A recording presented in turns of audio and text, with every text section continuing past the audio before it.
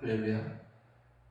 무더위와 코로나19라고 하는 이 어려운 상황 속에서도 믿음으로 살아가려고 애쓰고 있는 우리 한마음가족 여러분, 주님의 이름으로 환영합니다.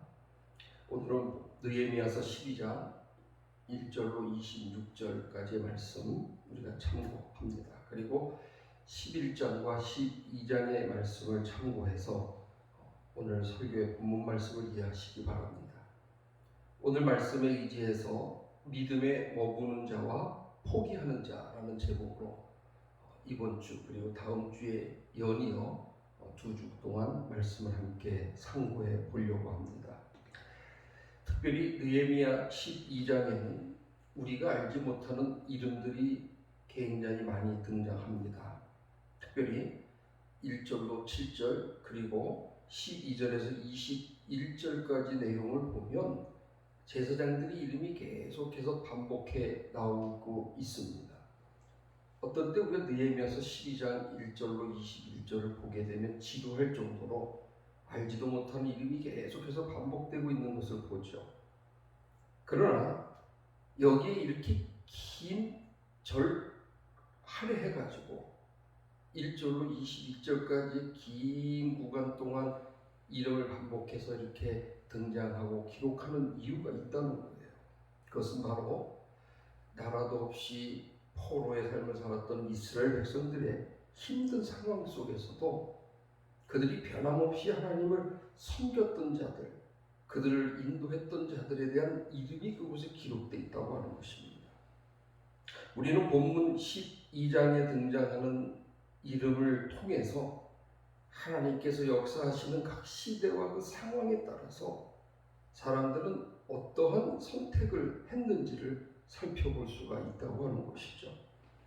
자, 오늘 본문 상황을 이해하기 위해서 우리 대한민국의 역사를 한번 되짚어 보겠습니다. 1945년도 우리가 해방을 맞이했던 해입니다. 만약 1945년도에 우리가 해방을 받지 못하고 지금까지 일제 강점기 상황에 그대로 있다고 한번 가정해 보겠습니다. 그때 일본에 가 있는 사람들이 2세, 3세, 4세 이렇게 지나가는 세월 동안 일본 문화, 일본 사회 속에 흡수되어 가지고 그 사람들이 완전히 일본 사람처럼 살아가고 있다고 한다면 마치 지금 제1동포 1세, 2세, 3세, 4세까지 지금 살아가고 있는 그런 상황이죠. 비록 내 나라 내 백성으로서의 정체성은 우리가 잊어버렸다고 할지라도 세상을 살아가는 데는 큰 어려움 없다는 것이죠. 그래서 그들은 그 삶 속에서 그대로 살아갈 수 있는 것입니다.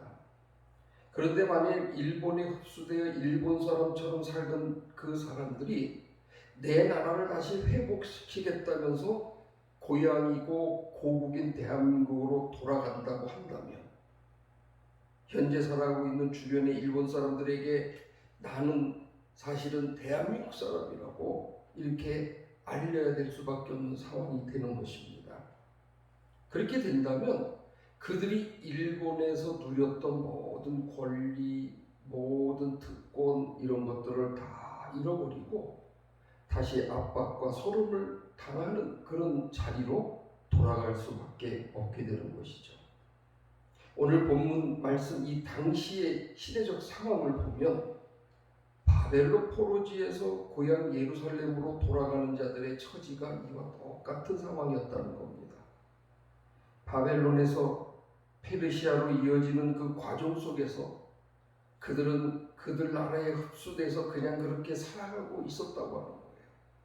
70년이라고 하는 긴 그 세월 동안 그들은 처음에 바벨론을 붙잡혀 갔다가 페르시아의 침략을 당해 다시 또 페르시아로 이끌려가는 두 번의 침략 상황 속에서 그들은 포로의 삶을 겪게 되는 아주 기구한 운명을 가졌던 그런 시대를 살았던 것입니다. 그런데 예루살렘으로 그들이 돌아간다고 한다면 그들이 가장 멸시당하고 적으로 생각하는 유단이라는 것을 공개적으로 알리게 되는 것이 되어서 다시 노예와 같은 포로 생활을 할 수밖에 없다고 하는 것입니다. 그러나 하나님의 거룩한 백성을 다시 회복시켜야 된다고 하는 하나님의 거룩한 명령을 따르기 위해서 그들은 고난을 자처하면서 수백 킬로, 수만 킬로를 그들이 걸어서 하나님이 지명하신 고향 땅 예루살렘을 향해 그들이 돌아가는 것입니다. 그들이 바로 에스라와 느헤미야에 등장하는 수많은 이름들입니다. 오늘 이 본문 말씀을 통해서 우리는 그 속에 감추어져 있는 하나님을 향한 예배의 기쁨을 발견하고 기쁨으로 하나님을 섬기는 자들이 등장하게 된다는 사실을 발견해야 됩니다. 자, 본문 말씀을 통해서 첫째로 믿음의 자리에 머무는 자와 포기하는 자를 분명히 바라보라는 겁니다. 1절로 7절에 보면 1차 귀환자들과 포로지에 남아있는 사람들이 있습니다. 본문 12장 1절로 7절에 등장하는 명단은 스룹바벨과 대제사장 예수와, 즉 여호수아라고 하는 이름입니다. 예수아와 함께 귀환했던 제사장의 22개 가문들의 족장들의 이름이 기록되어 있는 겁니다. 이들은 유다와 예루살렘이 바벨론에 멸망되기 전인 주전 605년에 먼저 포로로 끌려갔던 자들이에요. 여러분, 강대국이 침략을 하게 되면 제일 먼저 학식 있는 자, 사회 지도층, 종교 지도자 이런 사람들을 골고루 포로로 먼저 붙잡아가는 것입니다. 그래서 이들이 먼저 붙잡혀갔던 포로들이라는 거예요. 그들이 고향 예루살렘으로 돌아온 때는 그들이 포로로 잡혀간 지 약 70년이 지난 주전 537년이 되어서야 고향에 돌아오게 됐다고 하는 것이죠. 비록 포로지이긴 하지만 70년이면 여러분 두 세대가 지난 시대입니다. 그동안 두 세대를 지나는 동안 그들은 그곳에서 자리를 잡고 자식을 낳고 사회적으로 안정되는 기반을 만드는 그런 기간입니다. 그렇게 살아온 지 70년이 지났다는 거예요. 그때 수백 킬로를 떨어져 걸어서 이미 폐허가 된 자신의 고향 땅으로 가라고 하는 하나님의 명령이 주어졌다는 거예요. 여러분, 하나님의 명령이 하필이면 포로로 잡혀가기 바로 그 후에 이런 명령을 주시든지 이제 70년이 지나서 먹고 살만하고 안정된 삶을 살려고 하는데 그때 고향으로 돌아가라는 겁니다. 그리고 고향 예루살렘에 가서 하나님의 거룩한 백성과 성전을 재건하라는 겁니다. 그러나 아무것도 보장된 것이 없어요. 오직 하나님의 명령만 있다고 하는 겁니다. 마치 갈대아 우르에서 사막 땅 가나안 남부 네게부 지방으로 가는 아브라함의 그 심정과 같은 것이에요. 내 본토 아비 집을 떠나라 하는 하나님의 명령을 따르는 아브라함의 심정과 같다는 겁니다. 이때 24개 반열의 제사장 가문 중에서 2개 반열을 제외한 22개 가문이 예루살렘 귀환의 대열에 참여하게 됐다고 하는 거예요. 또한 12절로 21절의 말씀을 보면 성전 건설 후에 요아긴 시대가 찾아오는데 이 시대에는 계속 하나님을 섬기는 자와 흩어져 간 자가 이 안에 기록이 되어 있습니다. 1차 기한의 약 20년 후인 주전 515년에 성전이 완공이 됩니다. 그러나 아직 성벽은 지어지지 않은 때였다는 거예요. 이스라엘 하나님께 예배드리는 것을 싫어하는 주변 국가 군대들이 쳐들어와서 자주 공격을 해왔습니다. 이렇게 주변의 해방을 받게 되니까 일부 사람들이 다시 다른 나라로 두려움을 가지고 흩어지기 시작합니다. 이런 일이 에스라가 2차 귀환자들을 데리고 와서 신앙의 부흥운동을 일으킬 때까지 약 60년 동안이나 끈질기게 이런 일이 계속해서 반복했다고 하는 거예요. 본문 1절과 이 7절의 명단 그리고 12절과 21절에 등장하는 이 명단을 비교해 보면 핫두스 가문이 빠져 있다고 하는 것을 보게 됩니다. 이 혼란 속의 일부가 하나님의 사역의 자리, 하나님이 필요한 그 자리를 떠나서 이 세상을 향해 그들이 도망쳐 나갔다고 하는 거예요. 하나님의 사역의 현장으로 오기는 했지만 시련과 고통이 지속되다 보니까 견디지 못하고 떠나갔던 자들이 등장했다고 하는 겁니다. 또한 성벽 건설에 참여한 자와 참여하지 않은 자들이 구분이 됩니다. 2차 기환자들과 함께 와서 이스라엘의 신앙 부흥 운동을 일으켰던 에스라까지도 지난주 설교 말씀을 통해 말씀드렸듯이 선지자인 에스라 본인도 좌절과 절망에 빠질 정도로 이때는 참으로 힘들고 어려운 때였다고 하는 겁니다.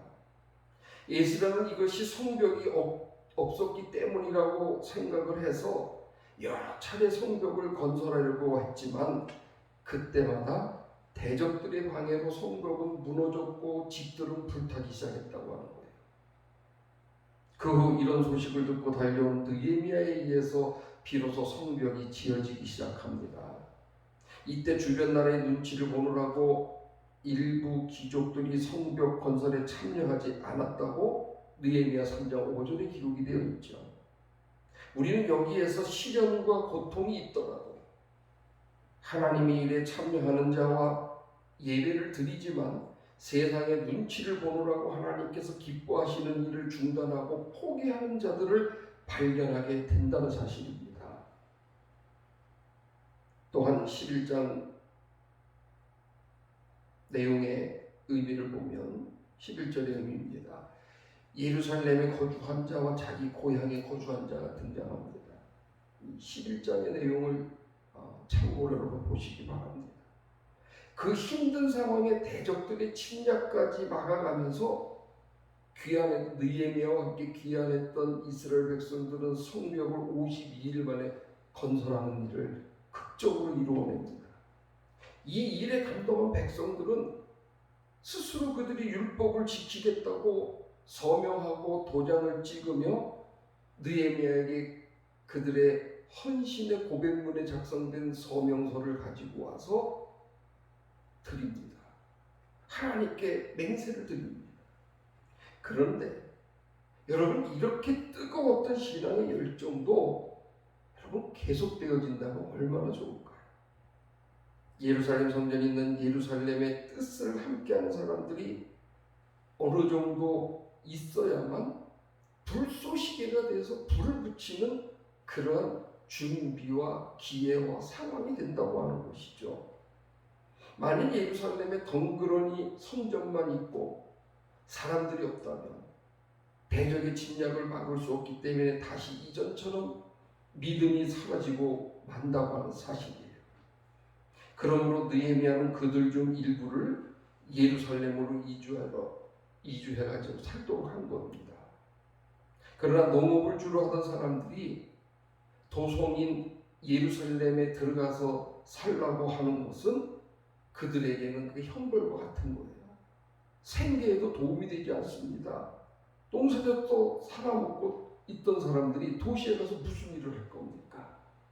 그러나 대적들의 공격 대상인 예루살렘에서 사는 것은 언제든지 전쟁을 할 수 있는 군인의 신분으로 사는 것과 같이 힘든 그런 고난의 연속이었다고 하는 거예요. 그러나 그들 중에 제비 뽑힌 사람들은 느헤미야의 명령대로 예루살렘으로 이주를 했습니다. 또 어떤 사람들은 제비에 뽑히지 않았음에도 불구하고 스스로 자원해가지고 예루살렘으로 향하는 그 길 도열에 참여했다고 하는 거예요. 그러므로 사랑하는 교회 여러분, 믿음 생활 속에서는 때로는 하나님의 섭리에 이끌려서 내가 그 길을 갈 때도 있지만 때로는 하나님을 향한 나의 뜨거운 신앙의 열정으로 내 스스로 결단하고 그 길을 가는 경우도 있다고 하는 거예요. 또한 포기하는 자들도 반드시 등장한다고 하는 사실입니다. 그러므로 이러한 현상들 앞에서 우리는 무엇을 봐야 될까요? 첫째는 선택 앞에 놓인 어려운 일들이 있다고 하는 거예요. 각 시대마다 여러분 어려운 일들이 있습니다.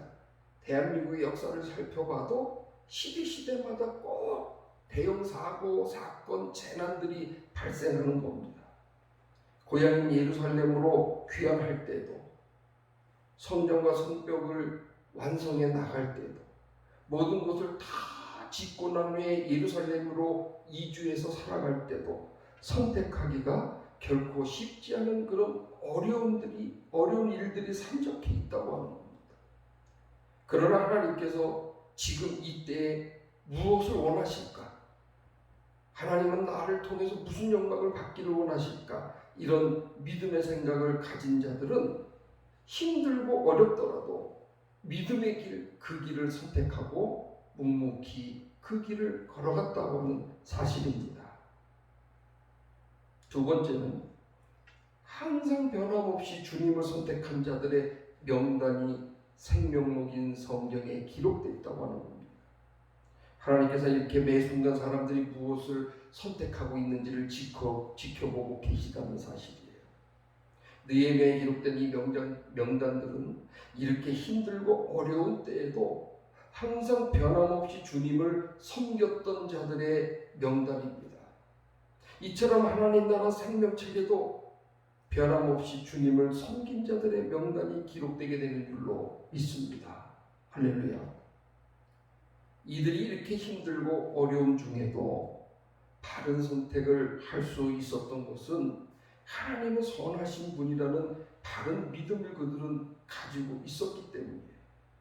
그들이 당하는 시련과 괴로움도 선하신 신실하신 하나님께서 그들을 복되고 아름다운 곳으로 인도하기 위한 것이라는 사실을 그들이 믿고 깨닫고 순종했다는 겁니다. 그러므로 우리는 그들의 이러한 믿음의 고백을 통해서 두 가지 사실을 발견하게 됩니다. 첫째는 하루하루 지난 주간을 살면서 겪었던 일까지도 하나님께 감사하자는 겁니다. 지금 잠시 눈을 감고 지난 주간에 있었던 일 중에 답답하고 암울하고 힘든 일을 여러분 한번 떠올려 보시기 바랍니다. 아이처럼 내 가슴을 짓눌렀던 일이 무엇인가? 죽고 싶을 만큼 나를 힘들게 한 일이 무엇인가?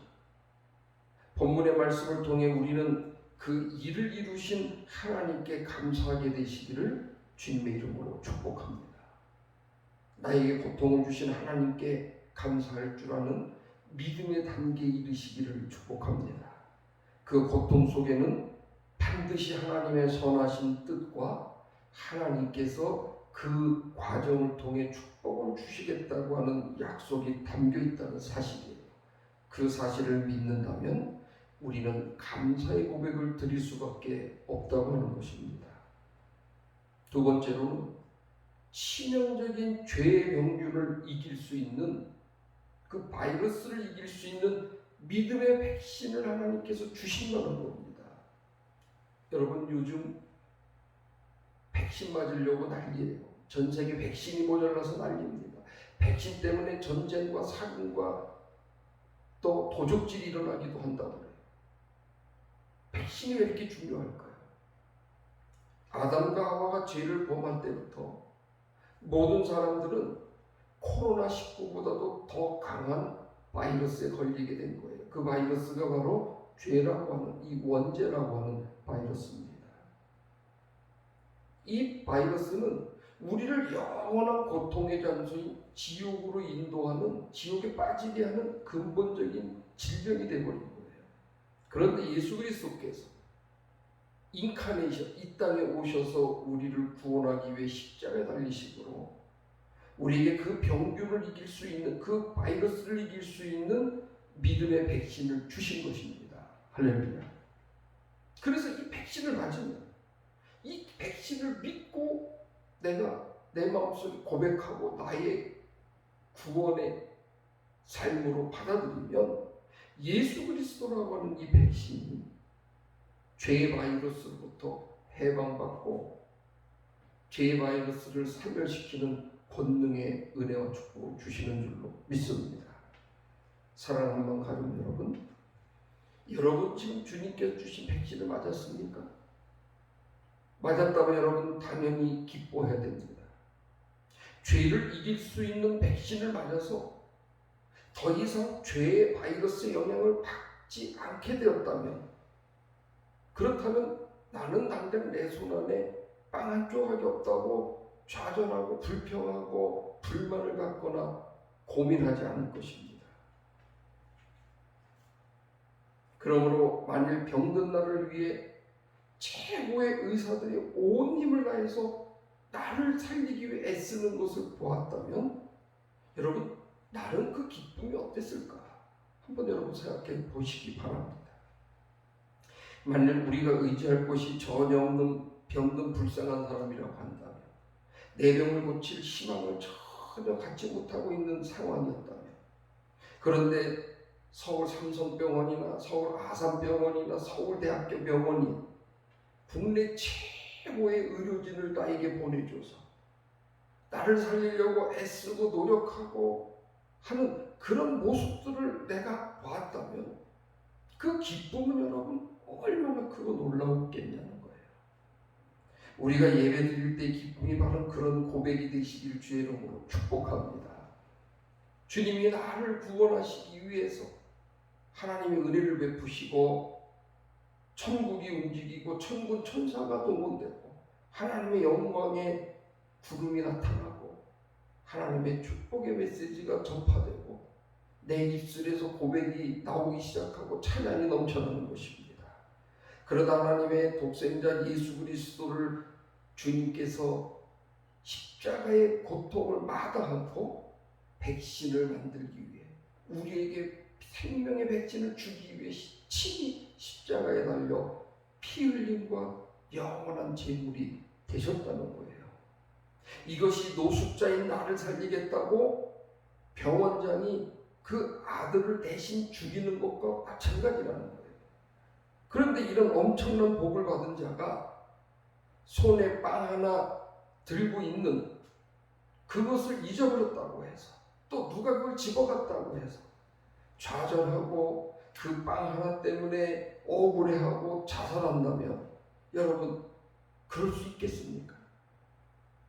그 엄청난 축복을 주신 분이 나를 만나기 위해 오셨는데, 내가 울상을 하고 세상의 고통은 내가 다 짊어지고 있는 것처럼 인상을 푹푹 쓰고 감정을 표현하고 분노를 조절하지 못하고 만약 이런 삶을 살고 있다면 그게 옳은 삶이겠느냐는 거예요. 그러므로 어떤 상황이 와도 이렇게 기쁨으로 예배하는 자가 하나님의 백성임을 깨닫고, 여러분들이 바이러스로부터 이길 수 있는 예수 그리스도라고 하는 백신을 맞은 자로서 당당하게 이 세상을 향해 나가 믿음으로 승리하는 여러분 되시길 주의 이름으로 축복합니다. 내가 이미 천국에 들어간 자인 것처럼 기뻐하는 것, 이게 예배라는 거예요. 나를 살리신 주님의 은혜를 기뻐하는 것, 이것이 여러분 예배입니다. 그러므로 사랑하는 가족 여러분, 여러분의 삶 속에 내가 때로는 믿음을 가지고 믿음에 머물러 있는지, 아니면 조그만 어려움과 낙심과 공포가 찾아왔다고 두려움 속에서 주님을 떠나버린 자가 되었는지를 오늘 이 본문 말씀을 통해서 다시 한번 생각해 보시기를 바랍니다. 원컨대 주님을 찬양하는 여러분 모두는 주님과 동행하심으로 날마다 천국을 향해 그 길을 걸어가는, 날마다 어려움과 난간과 고통과 슬픔도 이기며 승리하는 백신을 맞은 자로서의 당당함으로 이 세상 살아가시길 축복합니다. 그러므로 여러분 심령 깊은 곳에서부터 이런 예배가, 이런 고백과 헌신과 하나님을 향한 난 믿음의 삶이 신앙을 향한 믿음의 고백으로 나타나고 드러날 수 있기를 주의 이름으로 축복합니다. 오늘 등장한 이 느헤미야서 본문에 등장한 1절로 7절, 12절로 21절에 등장하는 그 명단 속에 미래의 나의 이름이 등장한다고 하는 그런 영적인 미래를 바라보고 여러분의 삶이 승리하는 하나님의 백성으로서의 삶이 될 수 있도록 날마다 기도하심으로 승리해 나가시기를 다시 한번 축복합니다. 기도하겠습니다. 거룩하신 하나님, 어려울 때일수록, 힘들 때일수록, 좌절이 찾아올 때일수록, 앞이 캄캄할 때일수록 살아계신 하나님을 바라보게 하여 주시옵소서. 마치 코로나19 시대에 미래를 예측할 수 없는 이 어려움 속에서 백신이라고 하는 희망을 우리가 바라보며 백신을 맞거나 백신을 맞음으로 우리가 용기를 얻고 자신감을 회복하듯 내 인생의 삶 속에 어떤 악한 영의 바이러스가 찾아온다 할지라도 능히 이기고도 남음이 있고 하나님의 영광 드러내는 신앙의 백신을 맞은 자 되게 하여 주시옵소서. 그러므로 믿음 안에 머물거나 낙심돼 떠나는 자가 아니라 영원히 하나님과 동행하는 믿음의 승리자가 될 수 있도록 축복의 은혜를 더하여 주시기를 주 예수 그리스도 이름으로 감사하며 기도하옵나이다. 아멘.